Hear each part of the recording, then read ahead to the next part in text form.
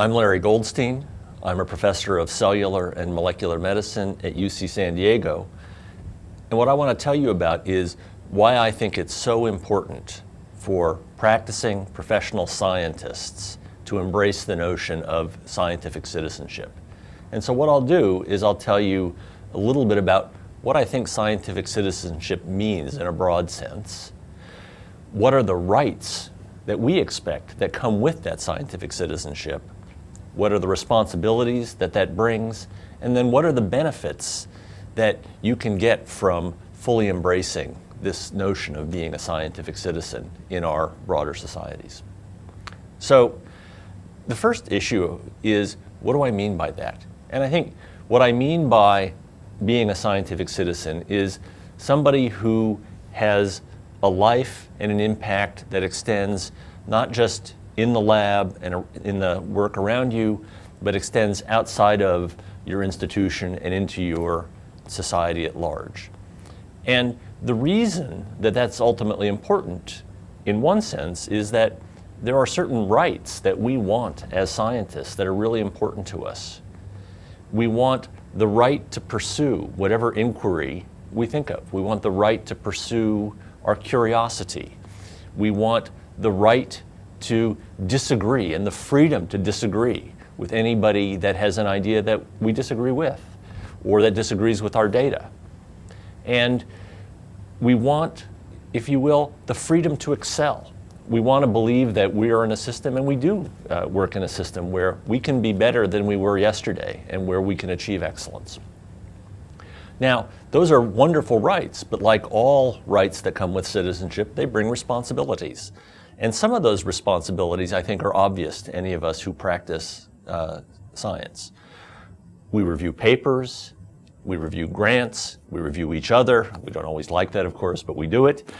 We write letters for our trainees. We have a responsibility to teach and train the next generation of scientists. And of course, we have a responsibility to pursue our work in an ethical and thoughtful way. There's a less obvious set of responsibilities, though, that I also want to talk about. And these are responsibilities to the community outside of our research institutions or our universities. These are responsibilities to the public at large. And I think there are really two major ones.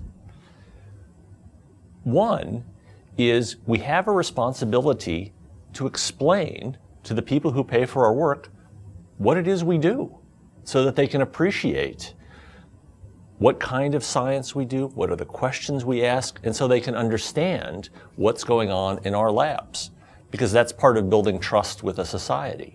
And then the second thing that we have a responsibility to do is I think that we have a responsibility to explain why what we do matters.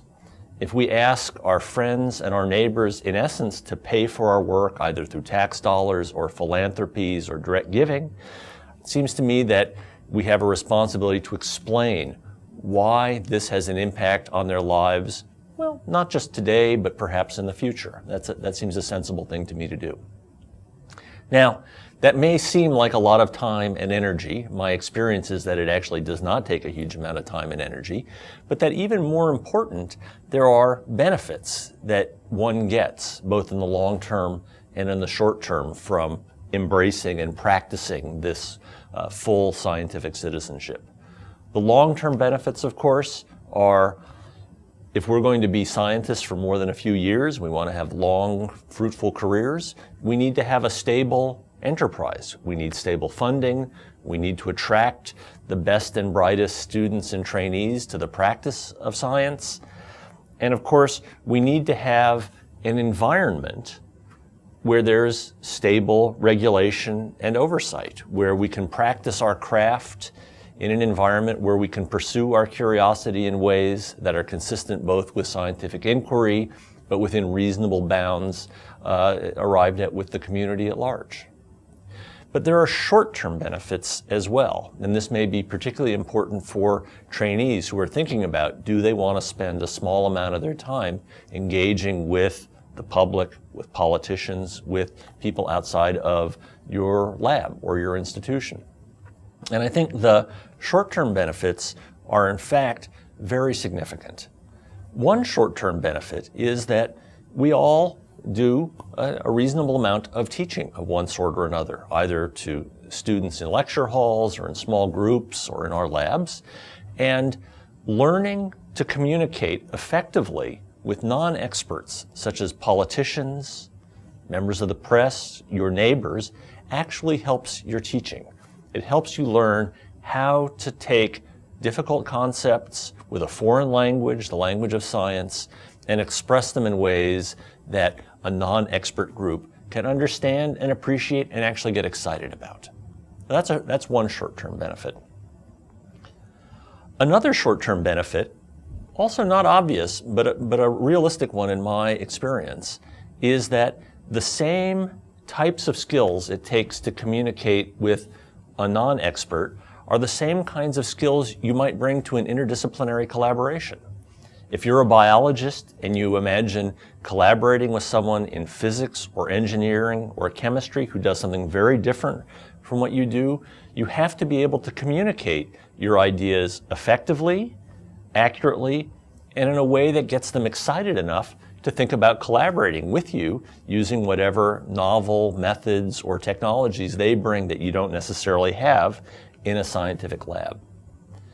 Finally, one thing that is also a very nice short-term benefit is if you take the time to explain to people what your science is, what your research is, why it matters, and why it has value in a way that they can understand as non-experts, people appreciate this.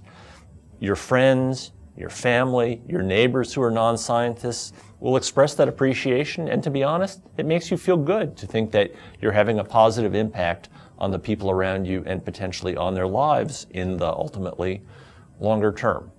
So while it may seem daunting to some to leave the lab and talk to politicians or people in the press or people in government or just the guy down the street, the fact is you get a lot from it, and ultimately it's something we desperately need in the future for our scientific enterprise to be healthy, vigorous, and responsibly pursued.